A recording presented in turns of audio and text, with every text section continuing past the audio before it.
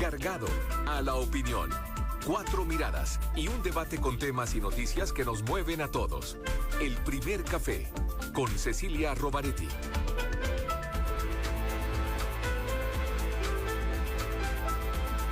Hola Santiago, hola Chile, hola al mundo que nos sigue a través de cooperativa.cl. Este primer café de miércoles 8 de julio lo vamos a compartir con la presidenta del Frente Amplio, Constanza Martínez, con el vicepresidente del Partido Republicano, el diputado José Carlos Mesa, con la secretaria nacional de la Democracia Cristiana, Alejandra Kraus, con el vicepresidente de la UDI, el diputado Eduardo Cretón. Entonces, con ellas y ellos, entonces, compartimos el primer café de hoy. El primer café en cooperativa es presentado por Clínica Indisa. Hola, ¿cómo están? Muy buenos días. Muy buenos días, Cecilia. Bueno, cuando que ha sido el tema que venimos hace meses conversando, perdón, el de la mega reforma ya llega, ¿no es cierto?, a sus plazos finales, ya tiene fecha, 15 de julio, para terminar ya de aprobar de discutir hasta total aprobación o desaprobación. Bueno, en todo caso, esta mañana, hace un ratito atrás, la presidenta del Senado, Paulina Núñez, hablaba sobre esto de las conversaciones con la oposición. Hasta ayer se decía que se habían fracasado, que ya no había más posibilidades de acuerdo, de ningún tipo de acuerdo. Sin embargo, la presidenta del Senado, y que logró esta mesa de sentar a todos los senadores y senadoras que representantes de todos los bloques de la oposición, dijo que no, que sí siguen las conversaciones, y es más, dijo que el ministro Quirós está dispuesto, incluso a compensación, que era el gran tema a propósito de la rebaja de los impuestos corporativos, ¿no es cierto? Y dio una cifra, una compensación de hasta unos $1.800, algo así. Y también sobre el tema de la invariabilidad, también habló de la disponibilidad del ministro de bajar la invariabilidad incluso hasta 15 años. Por lo tanto, hay una ventana ahí que se abre para posibles acuerdos de parte de la oposición. A ver, Constanza Martínez, recordemos que tiene ahí al senador Ibáñez, ¿no es cierto?, del Frente Amplio, que ha participado en estas reuniones. ¿Qué información tiene Constanza para esto? La verdad, bueno, hola, primero que todo, buenos días. Uno empieza a escuchar y ya se mete en la conversación. La verdad es que acá me sorprende que se diga que existen compensaciones sobre la mesa cuando ha sido el propio gobierno el que no ha querido conversar ni discutir en ningún aspecto sustantivo respecto a la mega reforma. La comisión, el CFA, ha sido muy explícito en dar 9 recomendaciones para poder responder a esta mega reforma y ninguna ha sido contestada. Entonces, la verdad es que yo adhiero completamente a lo que ha señalado el senador Ibáñez, quien ha tenido una disposición bien grande a asistir a las reuniones permanentemente. Hemos ido a La Moneda, hemos presentado ciertas propuestas, pero la verdad es que acá hay una disposición ideológica extrema por parte del gobierno en una reforma que primero plantearon que era un plan de reconstrucción, y todavía nos dicen que hay que votar el plan de reconstrucción, cuando lo cierto es que esta es una reforma tributaria de carácter extremo que no promete lo que cumple, ni en materia de empleo ni en materia de crecimiento. No lo hemos dicho solo nosotros, lo han dicho economistas de todos los sectores políticos, en que la incertidumbre que imprime esta reforma en materia de crecimiento y de empleo es brutal, y sobre todo en tema de recaudación del fisco. Al mismo tiempo que han hecho toda una parafernalia al gobierno, a mi juicio, totalmente, no solamente ideológica, ojo, sino que además fuera de las normas democráticas, la disposición que han tenido tenido para hablar sobre el informe de finanzas públicas, de hablar de que no hay caja, de que hay un problema de recursos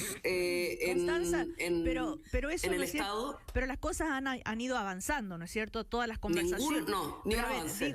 Digo, todo eso, todos esos cuestionamientos de ustedes ya se conocían. Sin embargo, el senador Ibáñez se sentó, ¿no es cierto? Pero ayer es cuando él dice, no, descarta el diálogo porque dice que el ministro Quirós no cuenta con madurez ni con educación para conversar.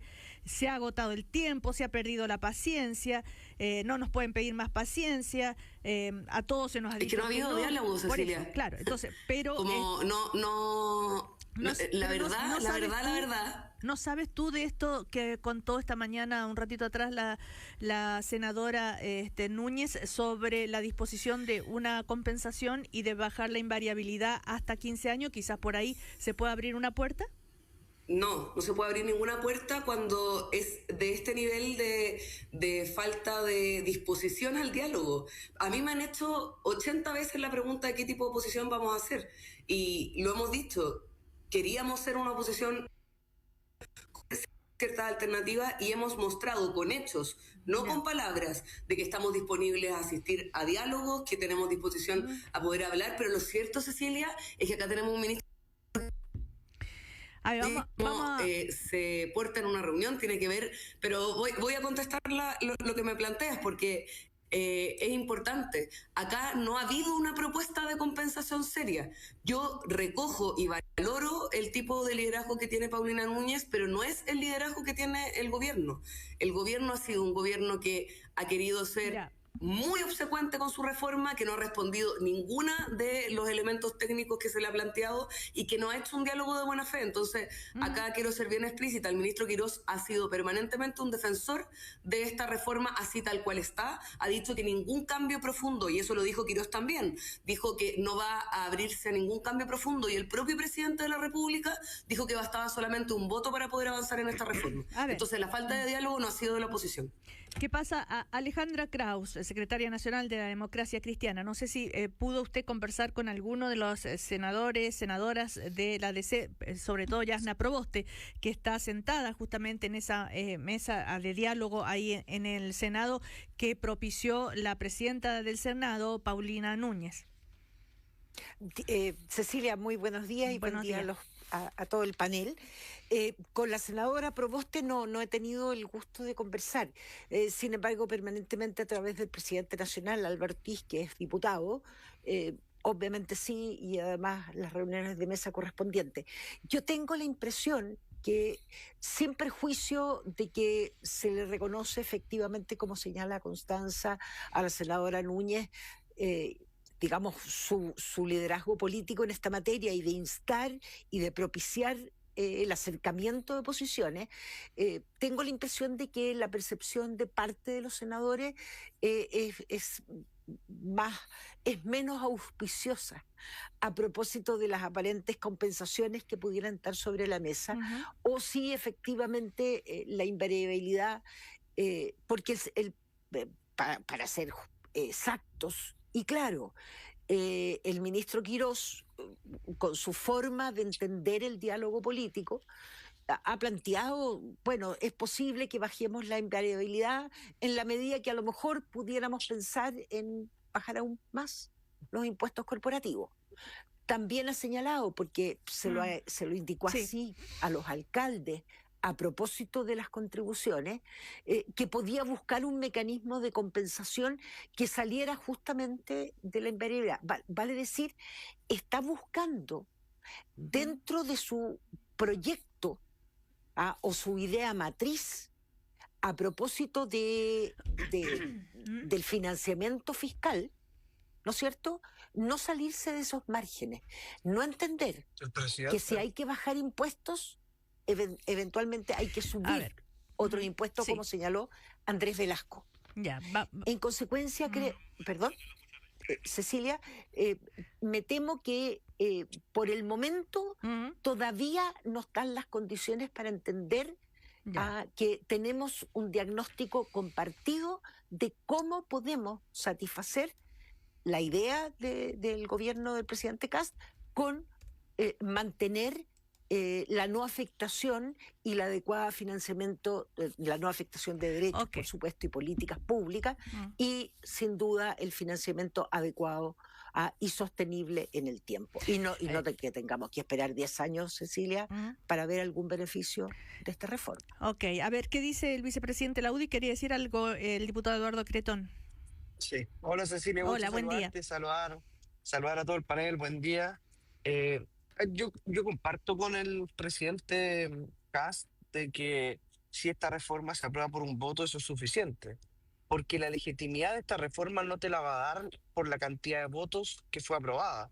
La legitimidad de esta reforma te la va a dar si es que Chile efectivamente vuelve a crecer, volvemos a generar empleo para que ese millón de chilenos que hoy día no encuentra trabajo pueda tener uno. Y yo creo que la legitimidad se juega más bien en el ejercicio de la reforma más que por cuántos votos fue aprobado o no.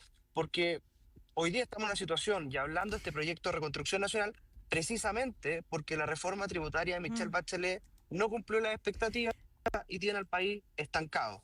Ahora, yo sí he visto, y nos tocó verlo en la Cámara de Diputados, que el gobierno está dispuesto a conversar respecto de la reforma. Y de hecho, en la Cámara de Diputados se recogieron varias de las propuestas de la Democracia Cristiana y del Partido de la Gente. Lo que ocurre acá es que para conversar tiene que haber un ánimo de poder conversar sobre lo fundamental de este proyecto, que tiene que ver con la rebaja del impuesto corporativo y que tiene que ver con la invariabilidad tributaria o no. Entonces, mi pregunta a Constanza Martínez es si es que ellos están dispuestos a una rebaja del impuesto corporativo, y si es así, ¿de cuánto? O si es que ellos están dispuestos a una invariabilidad tributaria, y si es así, ¿de cuántos años? Porque es bueno también que se insere el debate, porque lo que hemos visto acá es que hay una posición que alega que el gobierno no quiere conversar, pero la verdad es que al parecer ellos desde el primer minuto tomaron la decisión de que no están por bajar los impuestos y de que tampoco estarían por apoyar la invariabilidad tributaria.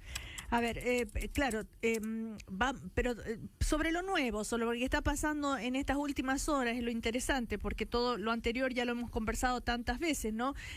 José Carlos Mesa, no sé si usted está más al tanto de las últimas, las más recientes conversaciones ayer ahí entre oposición y oficialismo ahí en el Senado, en esta mesa. Bueno, muy buenos días, Cecilia, muy buenos días al resto del panel. Efectivamente, esto demuestra lo que ha pasado en la última hora, quiero decir, porque como bien dices tú, toda la historia que ha ocurrido, las 1.600 indicaciones, los ataques personales de un lado y de otro, eso ya se ha conversado millones de veces. Pero lo que ha pasado en la última hora demuestra que del dicho al hecho hay mucho trecho, porque aquí escuchamos que hay supuestamente un gobierno y un ministro que no está dispuesto a conversar ni a negociar nada, pero la verdad es que a mí me consta y lo he visto, al ministro Quirós, al gobierno, dispuesto a conversar, pero hay que entender, y esto hay que decirlo con total transparencia a la ciudadanía, a conversar en los términos planteados por la reforma, porque aquí un gobierno, por llegar a un acuerdo con la oposición, no puede negarse a gobernar con sus propias ideas. Sí, ese es el límite lógico. Yo lo quiero dejar súper claro. Yo no espero que el Frente Amplio sea menos Frente Amplio en esta negociación. No espero que la democracia cristiana sea menos demócrata cristiana en esta negociación. No le pidan al gobierno del Partido Republicano, no le pidan al gobierno de la derecha que sea menos republicano o menos de derecha. Hay que encontrar puntos de encuentro, por supuesto, hay que encontrar un punto medio en estas cuestiones, por supuesto que sí, pero la ciudadanía, hace no mucho tiempo atrás, dijo, prefiero estas ideas y estas personas para gobernar. Y estas ideas y estas personas para gobernar vienen en cierto marco. Así, y por lo tanto, ¿qué significa esto? Que cuando a nosotros nos plantean, mire, aquí hay que entrar a negociar o hay que entrar a avanzar, sí, pero en el marco de un proyecto que tiene una idea matriz, que tiene un corazón, y ese corazón de ese proyecto es facilitar la inversión para promover la creación de empleos. Todo lo que esté fuera de ese marco, concédanos que es difícil de ceder hoy día. Todo lo que sea subir impuestos es difícil, porque este proyecto lo que busca es bajar impuestos. Todo lo que sea entrabar aún más las inversiones es difícil, porque este proyecto lo que busca es facilitar las inversiones. A ver, el senador... Cecilia. Sí, ¿Alejandra? Sí, una precisión. A mí me parece razonable. No voy a discutirle a José Carlos Mesa de que el proyecto Idea Matriz le pertenece al gobierno de Kast, están gobernando. Eso es verdad. Más allá, que sí lo invitaría a los aprendizajes que en los últimos gobiernos se ha tenido a propósito cuando se debe gobernar y construir mayorías. Y particularmente en relación a temas que le afectan al país en su conjunto, como es el caso de medidas financieras y económicas, que si lo hacemos mal, retroceder es muy complejo. Pero no solo eso, Cecilia. Él dice, nos eligieron, y está bien, sí. Difiero de él porque creo que la razón por la cual eligen al presidente José Antonio Kast, la ciudadanía, tiene que ver con seguridad, no con estas materias. Pero lo que sí, y no pueden negar, que a pesar de que pasen los meses, cada día la ciudadanía se ve más alejada y frustrada porque gobierne el presidente José Antonio Kast, que la ultraderecha esté gobernando. Todos los estudios, todos, de opinión pública, le conceden un reconocimiento o una aprobación que va disminuyendo, pero además va recogiendo una percepción de que la ciudadanía se empieza a sentir que está mal en su vida, que no tiene expectativas para el futuro, que no cree que va a mejorar. Entonces, si eso no lo recoge el ministro Quirós, más allá de ese voto que dice, y que es cierto, en democracia se gana por un voto, se gobierna con ese voto, pero la estabilidad y gobernabilidad no se da con Cecilia, déjame recogerle el guante a Alejandra, porque sí, lo que señala, yo creo que es importante darle una segunda vuelta, porque efectivamente yo creo que nosotros no podemos permitir que en una democracia la oposición nos diga en qué temas podemos gobernar y en qué temas no podemos gobernar.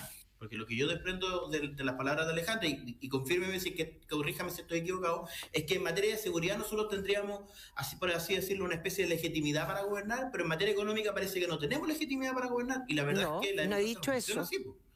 Así, qué no bueno. Dicho entonces eso, sí podemos gobernar. Qué bueno estar equivocado, Alejandra. Porque, y ustedes son los responsables. Sí, pero déjeme complementar entonces.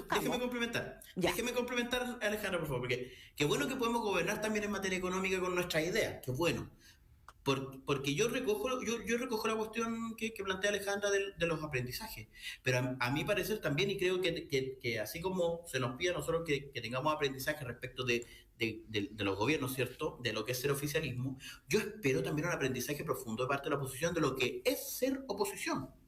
Porque yo, durante la tramitación de este proyecto, hoy día en la mañana estaba revisando algunos videos en el Senado, senadores que se paran y dicen, bueno, no vamos a votar, total tienen mayoría y nos vamos a votar dejando hablando sola a la secretaria de la comisión. O sea, ese es el tipo de oposición que van a querer ser. Yo espero que no, y espero que hayan aprendido de todos los errores que se cometieron mientras han sido oposición en los últimos 12 años, cuando les ha tocado ser oposición, porque cometieron errores graves y pareciera que no han aprendido nada. Usted se refiere a lo que pasó con el senador de Urresti, por ejemplo, ¿no es cierto?, en la comisión del Senado donde se aprobó el tema de medioambiental, ¿verdad? En la comisión de medio ambiente. Esta mañana la senadora Núñez dijo que habló con él después y que se habían limado las asperezas y todo aquello, cosas que suceden. Ahora, Constanza, el senador Ibáñez, Frente Amplio, dijo ayer que, bueno, están quebradas las confianzas con el ministro, pero dijo, nosotros vamos a recurrir a todas las instancias a las que nos convoque la presidenta del Senado, porque es una persona dialogante, respetada. Entonces, si los van a convocar y van a ir, ¿a qué van a ir? Entonces, si están quebradas las confianzas, no se entiende bien. Esto es lo que se llama la política. Constanza, ¿estás muteada? Parece que sí. Bueno, a ver, Perdón, estaba muteada. Ya. Y tenías la otra. Ya. Ahora estoy. Estaba escuchando muy atentamente. Primero, responder algunas cosas que se señalaron y me sumo a tu pregunta también. El proyecto de ley que se está presentando es un proyecto que genera mucha incertidumbre en el impacto del crecimiento y también en la capacidad que tiene el Estado de recaudar. Ya. Eso no lo dijo la oposición, lo dijo el Consejo Fiscal Autónomo. No ha sido respondido por el oficialismo ni por Quirós. Si es por formas, las formas del ministro Quirós durante todo este gobierno han sido bastante complicadas. Entonces yo le pediría a todos que seamos lo más ecuánimes posibles para no hacer como de que acá hay un problema por parte de un par de senadores, cuando la verdad es que esto es después de, como bien tú decías, varios meses de negociación en la que no ha habido cero disposición a negociar, de hecho. Cuando Alejandra dice qué aprendizajes hemos tenido, yo creo que nosotros ya aplicamos ciertos aprendizajes, porque de hecho, a raíz del primer proceso constituyente, hubo una disposición, por ejemplo, en la reforma de pensiones, de variar de gran manera el proyecto original que nosotros teníamos. Que acá me planteen de que nosotros tenemos que sacar una lección como de cómo ser oposición, cuando hoy día el oficialismo está actuando como si estuviera en campaña permanentemente y usando las mismas tácticas que usaba para hacer una campaña que fue totalmente del terror, me parece que es totalmente desproporcionado. Es distinto gobernar, efectivamente, y creo que acá la gracia de poder tener más que un voto, evidentemente ustedes pueden defender su idea y me parece súper bien que en democracia todos podamos defenderla. El punto es que para darle estabilidad al sistema tributario de nuestro país, necesitamos primero tener datos ciertos, que no lo hemos tenido por parte de este gobierno. De hecho, hemos tenido un ministro Quirós que ha mentido respecto a cómo se recibió el gobierno, porque de hecho todos los organismos tuvieron que decirle que el tema de la caja era totalmente falso. Y la disposición que ha tenido el presidente Gas de ir incluso al Mercosur a hablar mal de las finanzas públicas de Chile es no entender que ya no están en campaña ustedes, sino que están a cargo del país completo, están a cargo de generar acuerdos, están a cargo de darle estabilidad al país. Y creo que el gobierno ha sido incapaz de salir del modo oposición, del modo campaña. Y lo que conocemos del ministro Quirós ha sido simplemente decir que la única fórmula para volver al crecimiento es bajar los impuestos y desregular la economía. Me parece que esa visión tan estrecha no reconoce ni la automatización, ni la capacidad que tenemos de poder generar mayor crecimiento con todos los problemas que tenemos hoy en el mundo. Entonces, yo hago un llamado a ser un poquito más responsable, a recoger los aprendizajes y dejar de culpar a la oposición por una falta de liderazgo que tiene su propio gobierno en decisiones como, por ejemplo, el MEPCO, que parece antigua, pero que todos los economistas han dicho que han sido la principal causante del choque económico que estamos viviendo en este momento. A ver, pero lo que yo te preguntaba, Constanza, y al escucharlo pareciera que no hubieran pasado los días, porque seguimos con los mismos argumentos de lado y lado. Entonces, porque no han escuchado nada. Pero ya. Pero que a mí me gusta. Por lo menos cédeme eso, Cecilia, porque el problema es que uno tiene que hacer memoria, porque la verdad es que ninguno de estos puntos se contestaron. Claro, el gobierno no le contestó al CFA, a diferencia de nosotros, que en los argumentos de la reforma de pensiones respondimos a 9 de 11. El gobierno respondió a ninguno del Consejo Fiscal Autónomo. Ya, Constanza, y pues respecto al senador Ibáñez, que dice que ellos se van a sentar con a todo lo que los convoque la presidenta del Senado. Entonces, pareciera que una cosa es hablar con la presidenta del Senado en esa mesa y otra cosa con el ministro Quirós. Entonces, pero no se entiende. La presidenta del Senado no va a decidir lo que el ministro no quiera. No, pero es la única persona que oficialmente ha tenido una disposición a dialogar con quienes piensan distinto. Y reconocer eso es una buena noticia. Ya, o sea que hay posibilidades todavía de algún tipo de acuerdo. O sea, nosotros tenemos disposición a hablar siempre, en la medida en que no sea un diálogo de sordos en los cuales no se recoja nada. Entonces, plantear con claridad que el ministro Quirós no ha querido discutir con nadie es explicitar lo que todos sabemos. Si la senadora Núñez, lo que dijo hoy en el diario Cooperativa, de que está dispuesto el gobierno a una compensación, la palabra clave que tanto han nombrado, ¿no es cierto?, hasta 1.800, 2.000 millones de dólares, y la invariabilidad tributaria, bajarla hasta 15 años incluso. ¿Qué te parece eso? Me parece débil, pero además me parece que no lo ha presentado el gobierno. Ya no le gusta nada, pues, Constanza. No quieren negociar, no quieren dialogar, es evidente. De a uno. No quieren negociar, no quieren dialogar. plantear con claridad que el ministro Quirós no ha querido discutir con nadie es explicitar lo que todos sabemos. Si la senadora Núñez, lo que dijo hoy en el diario Cooperativa, de que está dispuesto el gobierno a una compensación, la palabra clave que tanto han nombrado, ¿no es cierto?, hasta 1.800, 2.000 millones de dólares, y la invariabilidad tributaria, bajarla hasta 15 años incluso, ¿qué te parece eso? Me parece débil, pero además me parece que no lo ha presentado el gobierno. O sea, no le gusta nada, pues, Constanza. No quieren negociar, no quieren dialogar, es evidente. De a uno, por favor, de a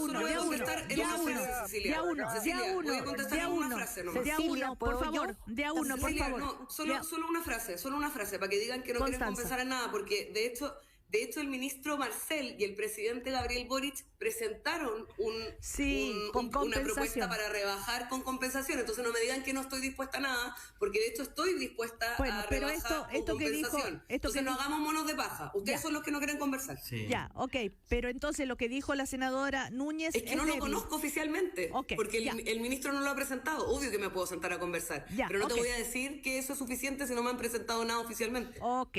Ya, ahora. Cecilia, solo un punto por una contradicción que me parece evidente, porque aquí Constanza dice que el libreto de la oposición tratar de dividir el gobierno, que solo se puede dialogar con la senadora, ¿cierto?, con la presidenta del Senado, pero ahora dice que no conozco lo que dice el gobierno, que no conoce lo que dice el gobierno. Entonces, ¿puede dialogar con la senadora o necesita al ministro Quirós para dialogar? Que se ponga de acuerdo. Bueno, Alejandra, ¿querías decir algo antes de no comerciales? Cortito. No, a mí me gustaría que los senadores de oposición, entre los cuales sin duda se encuentra la Democracia Cristiana, en el caso, si efectivamente se colocan compensaciones, y compensaciones en serio, ¿ya? Digamos, abramos esa posibilidad. A mí me parece que no podemos obstaculizar, digamos, el avance en determinadas materias. Okay. Sí digo también que a mí el tema de la invariabilidad, más allá si son 20, 18 o 15 años, yo me temo que ahí tenemos un punto. Okay. Un tema que creo que es complejo para los próximos parlamentos, lo que fuere. Por lo mismo, creo que es esencial conocer, en definitiva, que cómo se redactaría esa aparente invariabilidad. Para mí eso es clave. Tener paralizado varios gobiernos, varias legislaturas, y tener de alguna manera, y que ello no va además asociado a mayores impuestos, a tasas de impuestos, que es lo que ocurre en todas partes del mundo donde hay invariabilidad. Bueno. Entonces, a mí, que son muy acotados. Sí. Pero entonces, eso me parece que con la, digamos, claridad que usted pide que contestemos, esa sería mi posición. Ok, recordar que por lo de la invariabilidad, ¿no es cierto?, la oposición ha anunciado que va a ir al Tribunal Constitucional, pero ha dejado en claro que va a ser después, y la van a tomar la decisión el jueves, pero siempre después que ya se haya aprobado o que haya terminado la discusión de la reforma, no antes. Ahí lo decía esta mañana también la senadora Núñez. Vamos a comerciales, porque la confianza comienza con un diagnóstico oportuno. En Indisa, cada paciente cuenta con un equipo médico especializado que entrega claridad desde la primera consulta. Agenda hoy en indisa.cl. Ya volvemos.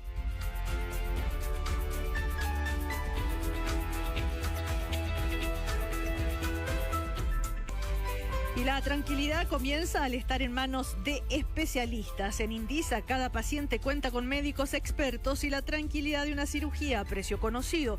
Cotiza hoy en indisa.cl. Seguimos en el primer café. Estamos con Eduardo Cretón, vicepresidente de la UDI, Alejandra Kraus, secretaria nacional de la Democracia Cristiana, José Carlos Mesa, vicepresidente del Partido Republicano, Constanza Martínez, presidenta del Frente Amplio. Bueno, ya hemos hablado, ¿no es cierto?, sobre lo que se está discutiendo en el Senado. Recordemos la mega reforma.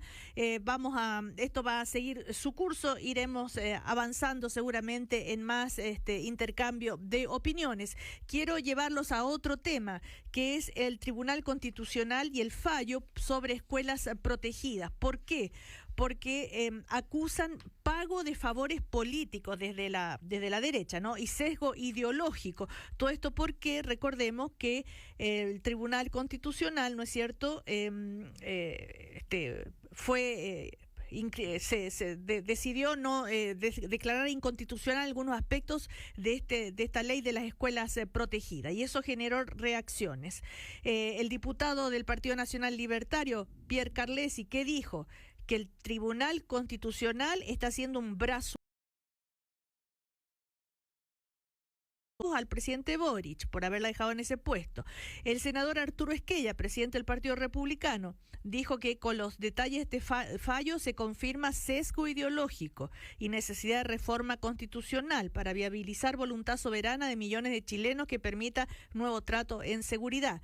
El senador Rojo Edwards también habló y dijo que sobre todo a él le molesta mucho que se haya mantenido el acceso a la gratuidad para estudiantes condenados y que está enviando señales al Tribunal Constitucional absolutamente erradas, ¿no?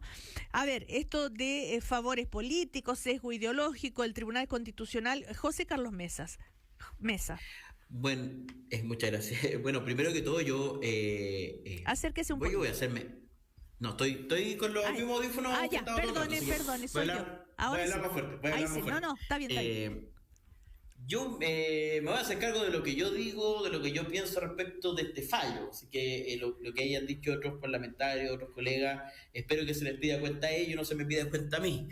Dicho eso, Cecilia, aquí es evidente para quienes votamos a favor del proyecto y vemos que el Tribunal Constitucional declara inconstitucional algunas de las partes que nosotros votamos a favor, que hay un problema constitucional de fondo. O sea, que el Tribunal Constitucional sostenga una cosa y nosotros sostengamos otra, significa que hay un problema de constitucionalidad. Ya. Y nosotros como parlamentarios no podemos cuestionar, ni apelar, ni cambiar la decisión del Tribunal Constitucional. Pero lo que sí podemos es abrir una discusión respecto a si es, a nivel constitucional, a cómo vamos a regular hacia futuro esta situación, porque el tema de la pérdida de derechos por las condenas que pueden existir no es una cuestión que inventamos nosotros ni que sea nueva. O sea, derechos políticos se pierden cuando uno es condenado a más de 5 años de presidio efectivo.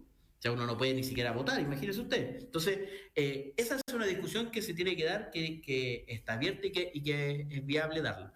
Yo me hago la siguiente pregunta, ¿sí? Porque aquí nosotros nos podemos centrar en el fallo del Tribunal Constitucional, pero yo prefiero centrarme en la base que origina este problema. Porque lo que no puede ocurrir es que nosotros sigamos dando señales equivocadas a la ciudadanía y sobre todo a los padres apoderados y a los alumnos de los colegios. Al 99.99% de gente que quiere ir a estudiar a los colegios. Okay. Versus ese 0,01% que quiere ir a destruir. O sea, veamos lo que pasó en el Instituto Nacional, primer día de clases después de las vacaciones, con bombas Molotov y con fuegos artificiales. O sea, esa gente hoy día siente un espaldarazo por parte de el Tribunal Constitucional, y yo creo que eso es una mala noticia. Pero ¿cómo se explica usted esto del Tribunal Constitucional? Esa es la pregunta política, digamos. ¿Usted cree que hay un sesgo ideológico? Yo lo que veo es que se dictó una sentencia que sostiene una cuestión. Yo no soy quien para decir cuáles son las razones profundas e íntimas que tiene un ministro del Tribunal Constitucional para fallar. Yo no soy ni adivino, ni leo mente, así que en eso no me voy a meter. Ok. A ver, y Eduardo Cretón, desde la UDI, ¿qué opinan de estas declaraciones de favores políticos, sesgo ideológico del Tribunal Constitucional? A ver, yo no lo comparto porque yo creo que los fallos del Tribunal Constitucional hay que respetarlos. Pese a eso, yo no comparto el fondo del fallo y en eso pienso lo mismo que ha señalado el diputado Mesa. Y de hecho desde la UDI hemos dicho que si hay que hacer una reforma constitucional para poder habilitar esta sanción de pérdida de gratuidad, lo vamos a hacer porque nosotros compartimos un principio que es muy básico, que es que quien daña lo que es de todos, quien atenta contra la autoridad, quien comete delito al interior de la sala de clases, no puede pretender que después todos los chilenos le paguemos beneficios sociales.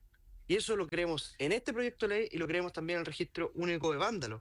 Y por lo tanto, yo si bien respeto el fallo del Tribunal Constitucional, no comparto el fondo del fallo, pero creo que el Tribunal Constitucional es una institución importante para la institucionalidad de nuestro país y por eso yo creo que acá hay que acatar ese fallo, más allá de que uno no lo comparta. Lo que sí me parece al menos paradójico es que quienes por años dijeron que el Tribunal Constitucional era una tercera cámara quienes por años acusaron de que el Tribunal Constitucional era una institución ilegítima, antidemocrática, que funcionaba como tercera cámara, quienes por años quisieron cambiar la Constitución y estuvieron a punto de refundar este país, hoy día verlo celebrar un fallo del Tribunal Constitucional me parece al menos paradójico, porque por otra parte acá no hay nada que celebrar.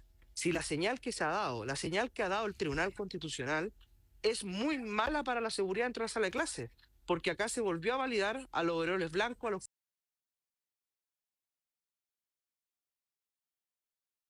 derechos de la inmensa mayoría de los estudiantes que quieren tener tranquilidad y seguridad para poder ir a la sala de clases. Usted dice, la UDI respeta, que hay que respetar el Tribunal Constitucional, dice que aquellos que antes la consideraban una tercera cámara hoy día entran en contradicción. Lo mismo podríamos decir para, por ejemplo, o el Partido Republicano o el Partido Nacional Libertario, si dicen que acusan pago de favores políticos en el Tribunal Constitucional, sesgo ideológico. Eso no lo comparte.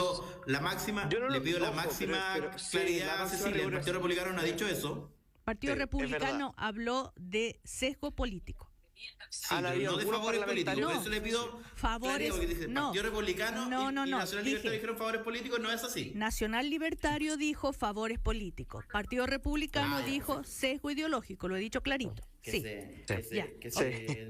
Manteniendo esa rigurosidad en el lenguaje, yo no comparto esto de que haya favores políticos. Yo creo que el Tribunal Constitucional ¿y sesgo ideológico?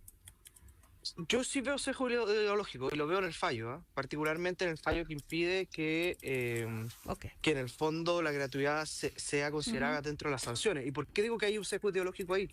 Porque lo que se señala es que quitar la gratuidad como sanción atentaría contra la igualdad ante la ley, porque se le impediría a aquel estudiante que pueda acceder a la gratuidad, seguir estudiando, versus aquel que no recibe la gratuidad. Y yo, porque creo que eso es profundamente ideológico y hay un sesgo ahí, y lo hemos visto también en la discusión del registro único de vándalos, porque de un buen tiempo a la fecha hay un sector no menor de la población que ha tratado de instalar la idea de que el delincuente delinque porque es pobre. Y eso nosotros, desde la UDI, un partido popular y cristiano, no lo vamos a poder compartir jamás. No. A ver, Constanza Martínez, cuando se habla de sesgo ideológico de parte de Arturo Esquella, o de parte del diputado Carlesi del Partido Nacional Libertario, dice que está como la presidenta del Tribunal Constitucional, Daniela Marci, que fue el voto dirimente, ¿no es cierto?, fue designada por el presidente Gabriel Boric, entonces que ella está pagando favores políticos y por eso este voto de esta manera. Son gravísimas las acusaciones, creo que vienen a reforzar una forma de hacer política que plantea la mentira como una forma legítima de poder tener diferencias, y por eso también valoro que ambos panelistas hagan una distinción respecto a esto, y me parece que es una buena noticia que al menos ellos se desmarquen de la posición de los favores políticos. Es gravísima la acusación, y si ellos tienen una acusación que es un delito, tienen que presentar los antecedentes ante la justicia. Creo que es lo que corresponde, sobre todo de dos autoridades tan importantes para el país. Creo que además, en los términos del Tribunal Constitucional, para poder dialogar quizás con algunos de los puntos que plantean los panelistas y que no sea esto todo el tiempo un diálogo de sordos, quisiera comentar de que yo, en mi experiencia como delegada presidencial, tuvimos una fuerte decisión para que aquellos estudiantes que cometen delitos sean sancionados. Y en eso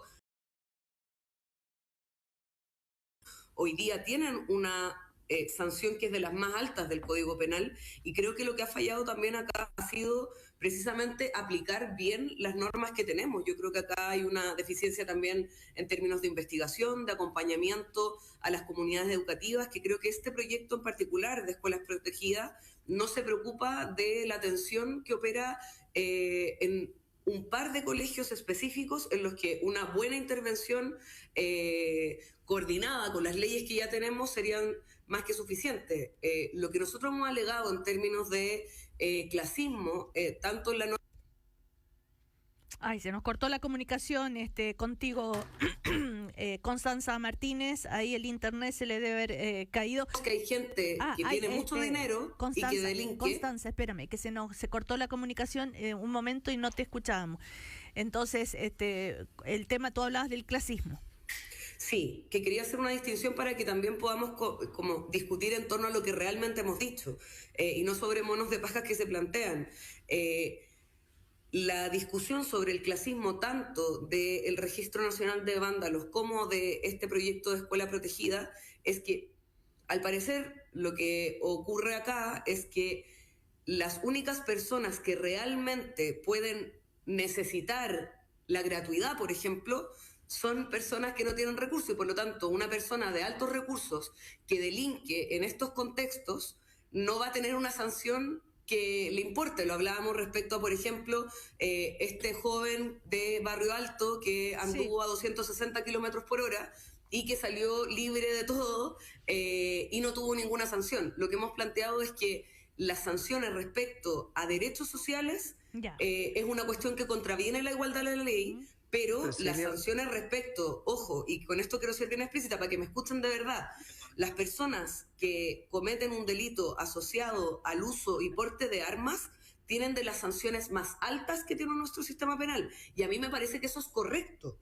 Lo que quiero es que no hagan de esto un debate político como si tuviéramos una diferencia con eso, sino que apliquemos bien las leyes y que hagamos que la investigación de fiscalía, por ejemplo, avance y que apoyemos a comunidades educativas que tienen una situación muy complicada y que de hecho los propios parlamentarios nuestros han dicho que afecta mucho a la sanidad también del proceso educativo del resto de los estudiantes. Entonces, tiene que ver con un asunto de eficiencia y con un asunto de igualdad ante la ley. Eduardo Cretón, pero escuchó a Constanza. Sí, la escuché detenidamente y me parece muy interesante el debate, porque yo creo que lo que se esconde detrás del registro único de vándalos es mucho más que sancionar la incivilidad y los actos vandálicos para recuperar el orden en nuestro país, que pucha que es necesario sancionarlo, sino que tiene que ver con un tema de fondo, que es el tipo de modelo y de sociedad en el cual creemos. Hay algunos que creen que la sociedad se construye simplemente en base a derechos.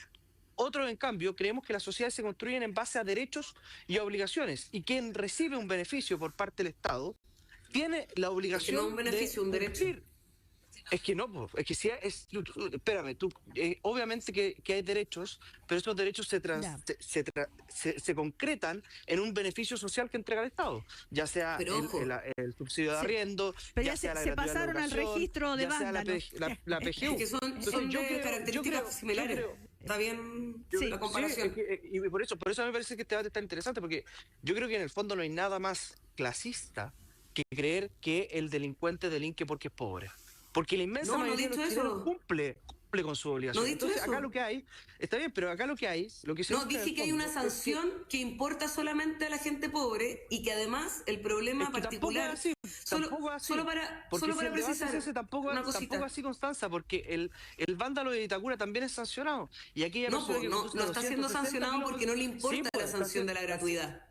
No, pero sí está. Ese es mi punto. De otra forma. Si lo podemos sancionar de otra forma, pérdida de la licencia de conducir. Esa es la pregunta, sí. Por ejemplo, estoy de acuerdo. Por ejemplo, y yo estoy de acuerdo en eso. Sancionémoslo de otra forma, estoy de acuerdo. Ya, pero la gratuidad no. El problema acá es que la sanción sea para el bando.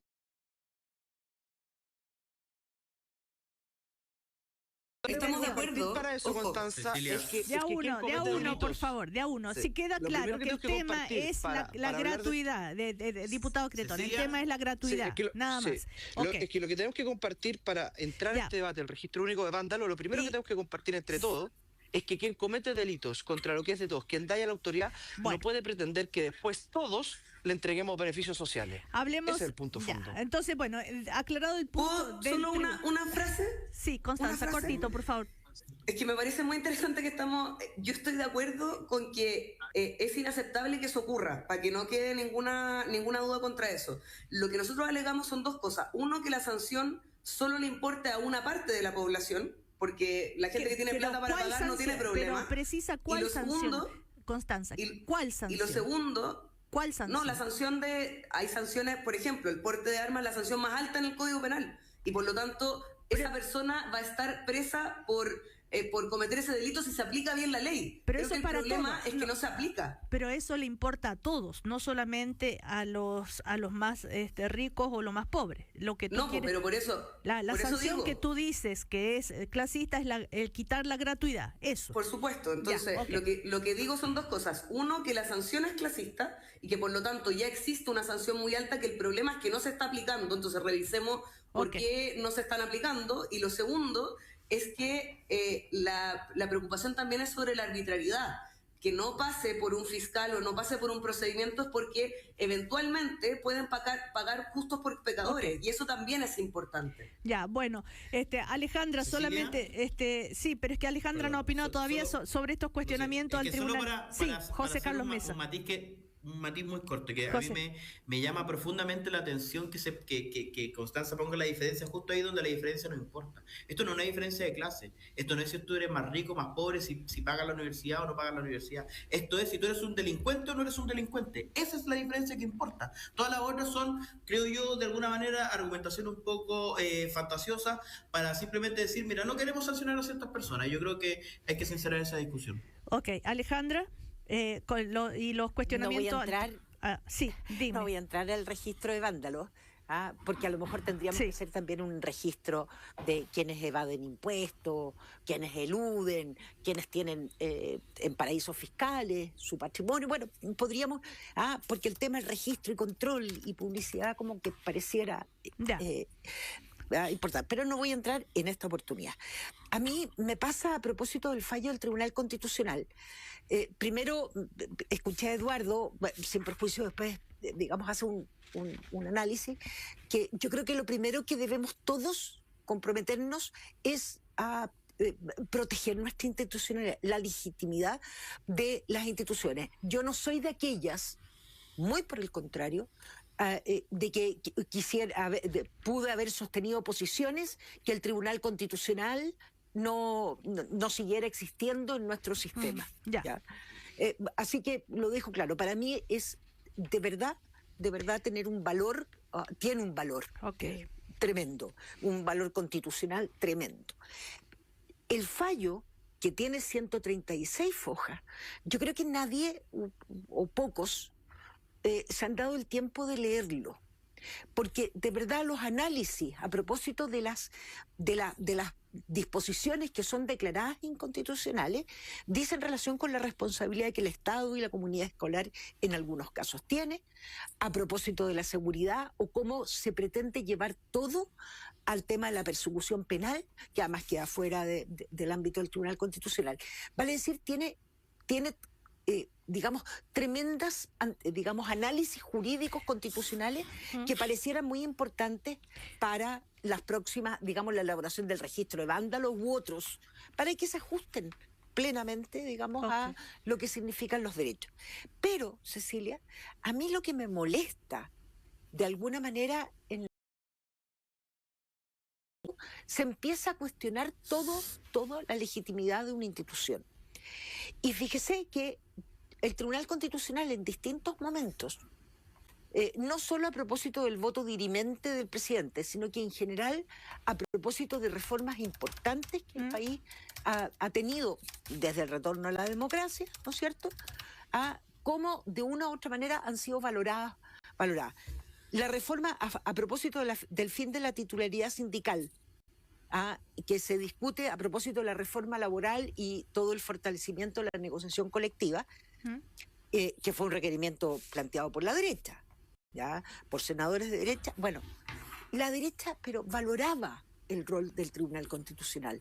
Se protegía la libertad de los trabajadores independientes, la libertad de afiliación, es decir, una cantidad de valores que le asignaban al fallo en un sentido.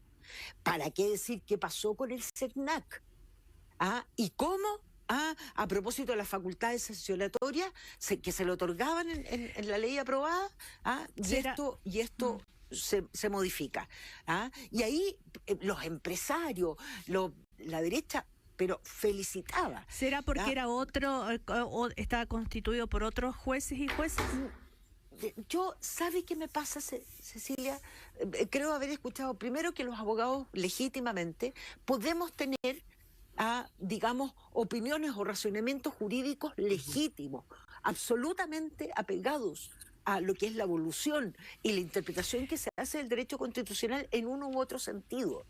Pero no podemos valorar una institución que me aprueba o, digamos, tanto cuanto me recoge mi tesis o no. Mejor hagamos las cosas y entendamos, ¿ya? Y reconozcámosle las facultades que como sociedad le hemos otorgado al tribunal. Lo mismo ese es mi punto. Claro, o sea, se entiende, ¿no? Esto de sesgo ideológico no está de acuerdo ni nada de eso, ¿no es cierto?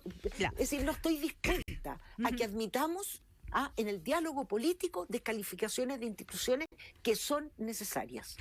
Lo mismo está ocurriendo con la Contraloría, de alguna manera. Hay, ¿no es cierto?, cuestionamientos a la Contraloría a propósito del pronunciamiento de la Contraloría respecto a la exministra de Seguridad, la ministra Steiner. El presidente del Partido Republicano acusó exceso en las atribuciones de la Contraloría. La moneda se opta por la cautela, ¿verdad? Pero el presidente del Partido Republicano dijo: hace tiempo veo algunos excesos en el plano de las atribuciones de la Contraloría. A mí me gustaría revisar si es que es correcto que el ejercicio de un rol tan importante descanse en una sola persona o debiéramos hablar de un órgano colegiado. A todo esto recordemos que la exministra apeló, ¿no es cierto? ¿Cómo se puede hacer? Porque eso existe en la ley, esa posibilidad de apelar. Vamos a ir a comercial y a la vuelta hablamos un poquito sobre este tema de la Contraloría. Y porque la confianza comienza con un diagnóstico oportuno, en Indisa cada paciente cuenta con un equipo médico especializado que entrega claridad desde la primera consulta. Agenda hoy en indisa.c. Le seguimos en el primer café, estamos con la presidenta del Frente Amplio, Constanza Martínez, con la secretaria nacional de la Democracia Cristiana, Alejandra Kraus, con Eduardo Cretón, diputado vicepresidente de la UDI, con José Carlos Mesa, diputado vicepresidente del Partido Republicano. Ya hemos hablado, ¿no es cierto?, de cómo van las negociaciones, las discusiones en la mega reforma. Hemos hablado del Tribunal Constitucional y la decisión sobre la ley de escuelas protegidas y los cuestionamientos que hubo al Tribunal Constitucional. Y ahora yo les proponía hablar un poquito de Contraloría y después a ver si me queda tiempo para hablar un poquito de ahí la disputa entre Republicano y Chile Vamos. Pero bueno, vamos a la Contraloría a propósito de lo que dijo el dictamen, que estableció que la ex ministra Steiner excedió sus atribuciones y faltó a su deber de abstención al pedir información a la PDI, caso que ya conocemos, ¿no es cierto? La ex ministra Steiner ha pedido, ¿no es cierto?, ha apelado a esto en la Contraloría, que eso es absolutamente legal y se suele hacer y no es nada que debe.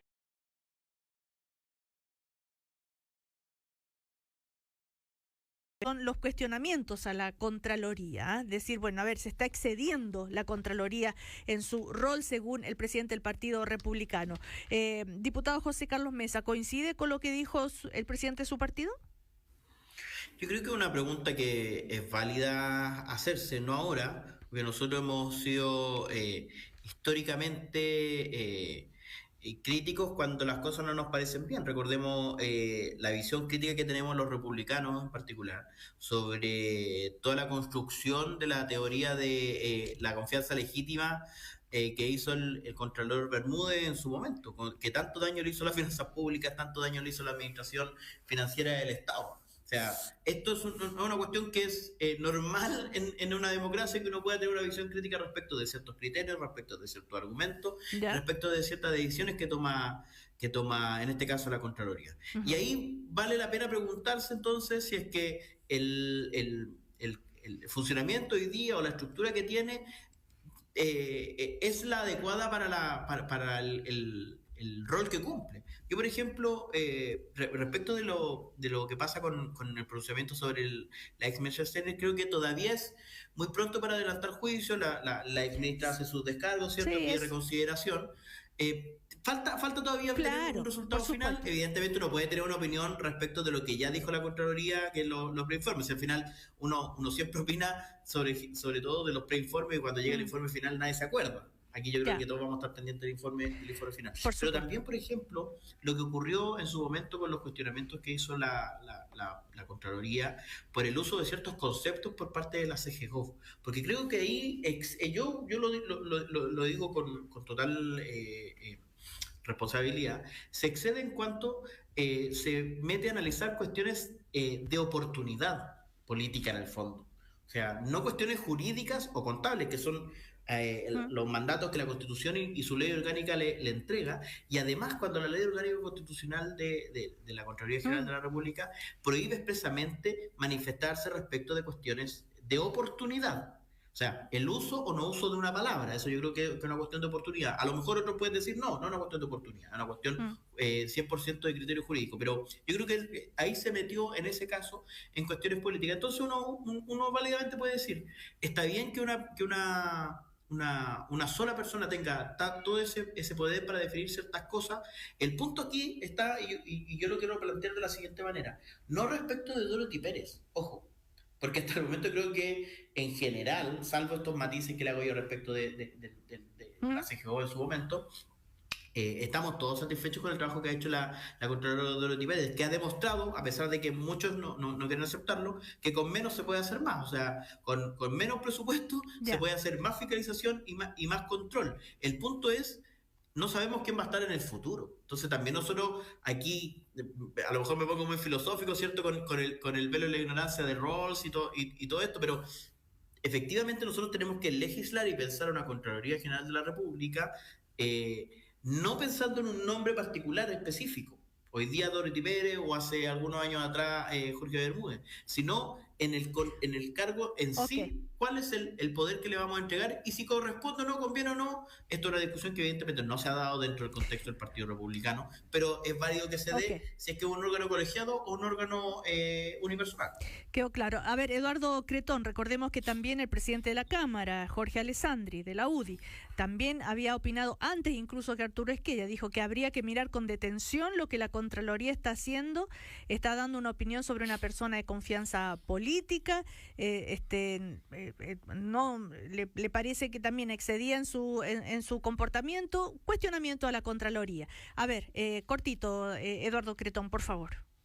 Sí, mire, lo dijo el ministro de Seguridad, Martín Arrau, que nosotros somos muy respetuosos de las resoluciones de Contraloría, pero Contraloría, al igual que cualquier otro órgano de la administración del Estado, tiene que actuar dentro de sus facultades, que es precisamente lo que la Contralora, por lo que la Contralora le llama la atención a Trinidad Steiner. Y en ese sentido creo que Contraloría se tiene que limitar o no con que la ex ministra Trinidad Steiner usó mal utilizó en realidad esta facultad. Ahora, yo creo que esta polémica respecto a Trinidad Steiner y Contraloría, en esta materia Trinidad Steiner tiene todo el derecho, como cualquier ciudadano, de poder recurrir a Contraloría, digamos, pero aquí lo importante es que avancemos en materia de seguridad. Hoy día hay un nuevo ministro, que es Martín Arrau, que ha mostrado buenos resultados en la materia. Esta semana conocimos los resultados del primer semestre en materia de seguridad: 86% menos de ingresos irregulares, 11% menos de robo con violencia, 13% menos de homicidio. Evidentemente que ninguna cifra es suficiente cuando se habla de materia de seguridad, pero que hay un ministro que está empoderado, que tiene un plan, que tiene una agenda robusta, y yo lo llamaría a avanzar en eso. Si la oposición quiere hacer uso de sus atribuciones fiscalizadoras que le entrega la Constitución a través de una comisión investigadora o una eventual acusación constitucional, bueno, están en todo su derecho de hacerlo. Pero la verdad es que ese tipo de acciones no le va a cambiar en nada la vida a los chilenos, y yo llamo a que nos preocupemos de los problemas reales de nuestros compatriotas, ya que avancemos efectivamente en la agenda robusta que hay en materia de seguridad. Ese es otro de los reproches que se le hacía también a quienes propiciaron la acusación constitucional, que tampoco solucionaba en nada los problemas de la gente, ¿se acuerdan? Siempre está ahí esta disputa entre lo importante políticamente y los aspectos concretos. De eso se trata la marcha del país siempre, no nada nuevo. Constanza Martínez, a ver, sobre esto de la Contraloría, y de paso preguntar también por el tema de la seguridad que decía Eduardo Cretón, que a Constanza, que ha conocido bien de cerca el tema de la seguridad. Bueno, lo primero es mencionar de que la única acusación constitucional presentada durante este gobierno es presentada por ustedes respecto al gobierno anterior. Entonces, la verdad es que obviamente hemos dicho que queremos preocuparnos de los problemas de la gente, y de hecho el tener una comisión investigadora permite ver si es que esto fue una práctica individual de la exministra o tiene que ver más con una disposición más estructural respecto a cómo una relación que es muy importante de mantener correctamente, que es la relación entre la autoridad civil y la autoridad policial, sea acorde a derecho. Es muy importante lo que se está discutiendo en este aspecto, y creo que no es baladí saber si es que este es un asunto institucional o es un asunto meramente personal. Me llama la atención de todas formas de que ahora hay una preocupación respecto a la Contraloría, y yo soy partidaria siempre de que se puedan revisar las instituciones. Yo ahí tengo un matiz con lo que se había hablado anteriormente. Incluso en el Tribunal Constitucional o en la Contraloría o en el Senado o en la institución que sea. Creo que es bueno siempre modernizar las instituciones y tener la flexibilidad para poder hablar sobre cómo es un buen funcionamiento, pero no cuando a mí me conviene. Y por eso, por ejemplo, la discusión sobre el Tribunal Constitucional, para dar un ejemplo concreto, tenía que ver más con un diseño institucional que se había planteado durante la dictadura y que recién tiene un cambio en la composición desde el 2005 en adelante, y que por la misma forma de determinación de los jueces solo se empieza a ver cambio décadas después. Es que me parece que las instituciones sin duda hay que revisarlas, pero que no puede ser cuando a mí me conviene. Tiene que ser en términos de una discusión situada, una discusión que permita que en todos los casos tenga la capacidad para poder ejercer su rol libremente, y en ese sentido creo que siempre hay disposición a poder modernizar las instituciones, pero no cuando solamente me conviene a mí. Ok. Alejandra, me imagino que irás más o menos sobre en la misma línea, en la reflexión. A ver, a propósito de defender las instituciones, que ha sido uno de tus puntos. Yo soy de aquellas que creo que las instituciones debemos contribuir a la legitimidad de las instituciones. En consecuencia, proponer cambios permanentes, o a propósito lo que muy bien decía Constanza, que me gusta esta institución tanto cuanto recoge mi visión, no me parece adecuada. No me parece que en función de un caso muy particular, muy grave a mi juicio, a propósito de la exministra Steiner, muy grave administrativamente, pero sin embargo, creo que la ciudadanía está esperando que le solucionen sus problemas reales. En consecuencia, esa debiera ser como la línea central. Pero ¿hay exceso en las atribuciones de la Contraloría, sí o no? No, me pasa que yo no recordaba, a propósito del Transantiago en el gobierno del presidente Lagos, que la Contraloría le hizo modificaciones sustanciales al proyecto a propósito del financiamiento, la forma como debía implementarse, etcétera. Y lo que hizo el gobierno del presidente Lagos,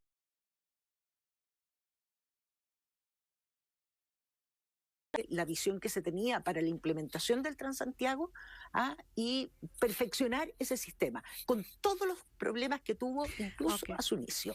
Entonces me pasa, Cecilia, que yo revisé, digamos, de alguna manera las posturas, particularmente de dirigentes del Partido Republicano, a propósito de las actuaciones de la Contralora. Y tenemos una diferenciación. Hay validación y respaldo en una etapa, fundamentalmente cuando se trataba de las licencias médicas, las investigaciones por las compras de terreno del Ministerio de Vivienda, donde se validaba, digamos, el informe incluso como tema probatorio en casos municipales. Entonces, no podemos ir cambiando nuestra apreciación respecto de una institución, más allá de quien la lidera, en función de cuánto acepto o no. Además, porque en el caso del informe de la exministra Steiner, ahora está en el proceso de reconsideración, pero después puede ir a la Corte incluso. Vale decir, hay mucho para la garantía de derecho o la garantía del debido proceso, existen mecanismos.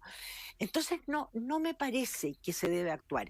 Y sí decir, a propósito, creo que fue Eduardo o José Carlos, a propósito del dictamen de la confianza legítima, ahí el cuestionamiento no era la persona del Contralor.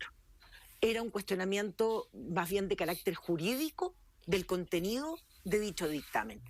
Son cosas muy distintas. Aquí es respecto a la persona. Entonces, yo invitaría, digamos, a mí lo que me importa es la protección de un sistema que fortalece la democracia, lo cual uno puede tener opiniones divergentes.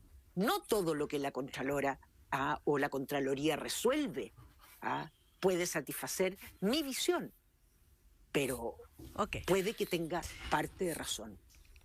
Nos quedan apenas unos minutitos, muy poquitos. Habiendo sido aludido el Partido Republicano, dame permiso de poder decir un par de cosas, porque cortito, que quiero hacerle una pregunta concreta a usted justamente. Ya, ni un problema, le respondo lo que usted me pregunte, nunca le he hecho el quita ninguna pregunta, pero aquí hay una cuestión que es, yo creo que tenemos que dejar claro. Nosotros hemos mantenido una visión crítica cuando las cosas nos parecen críticas. Nosotros no podemos suprimir nuestra libertad de conciencia, no podemos suprimir nuestra libertad de expresión, no podemos suprimir nuestros derechos civiles y políticos porque a la vicepresidenta de la Democracia Cristiana no le gusta que nosotros tengamos opinión distinta a la de la Contraloría.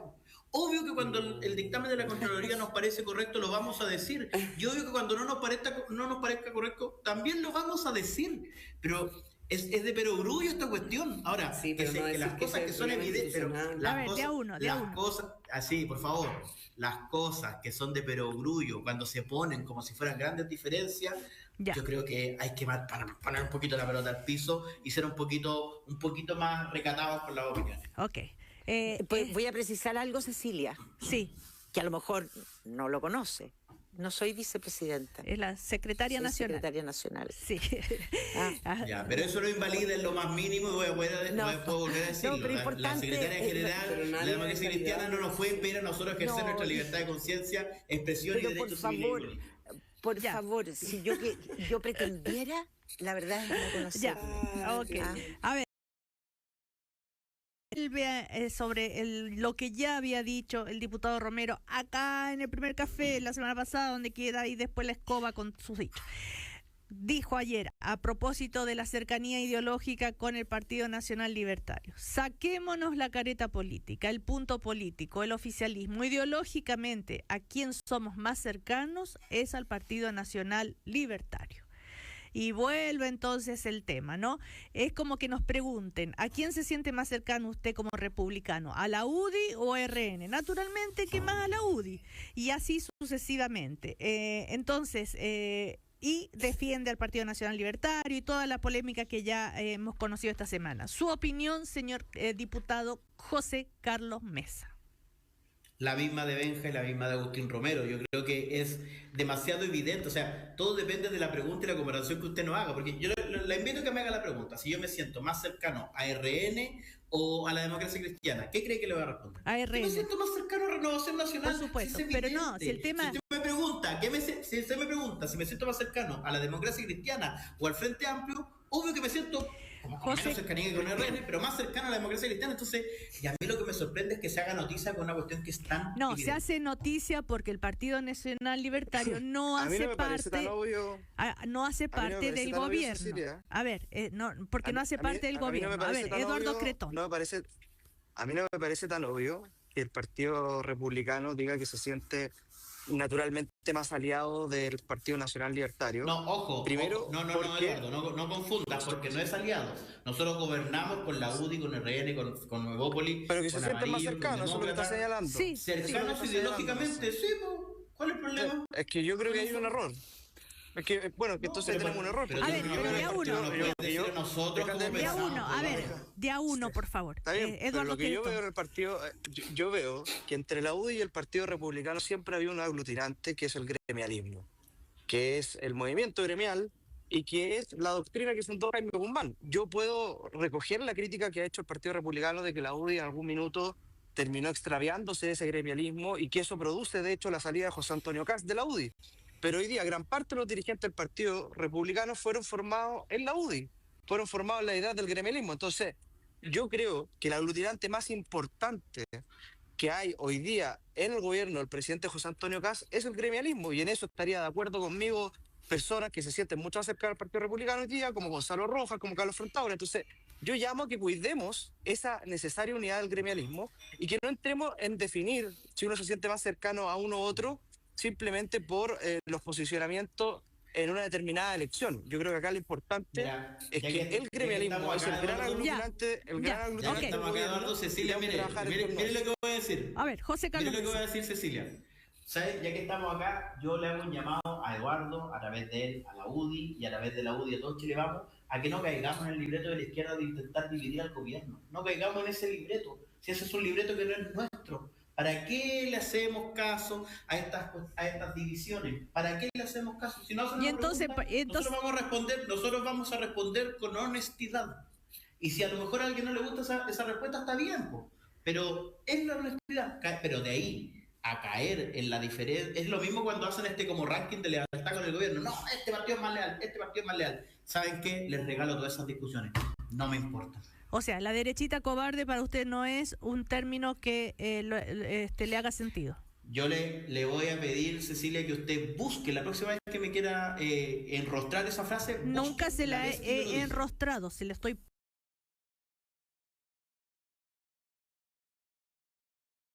Ok, perfecto, queda clarísimo, diputado. Ya.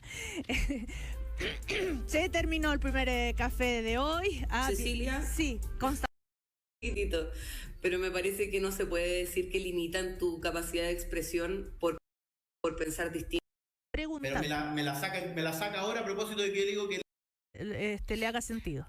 Yo le voy a pedir, Cecilia, que usted busque la próxima vez que me quiera enrostrar esa frase. Nunca se la he enrostrado, se la estoy preguntando. Pero me la saca ahora a propósito de que yo digo que les regalo esas discusiones que no me interesan. Ok, perfecto, queda clarísimo, diputado. Ya. Se terminó el primer café de hoy. Cecilia. Sí, Constanza. Muy chiquitito. Pero me parece que no se puede decir que limitan tu capacidad de expresión por pensar distinto. Sobre todo cuando hubo perseguidos y desaparecidos en este país. No. Ya. Por pensar distinto. Muchas gracias. Gracias a Constanza Martínez, José Carlos Mesa, Alejandra Kraus. Bingo, me gané el bingo, lo tenía anotado al bingo. Eduardo Cretón.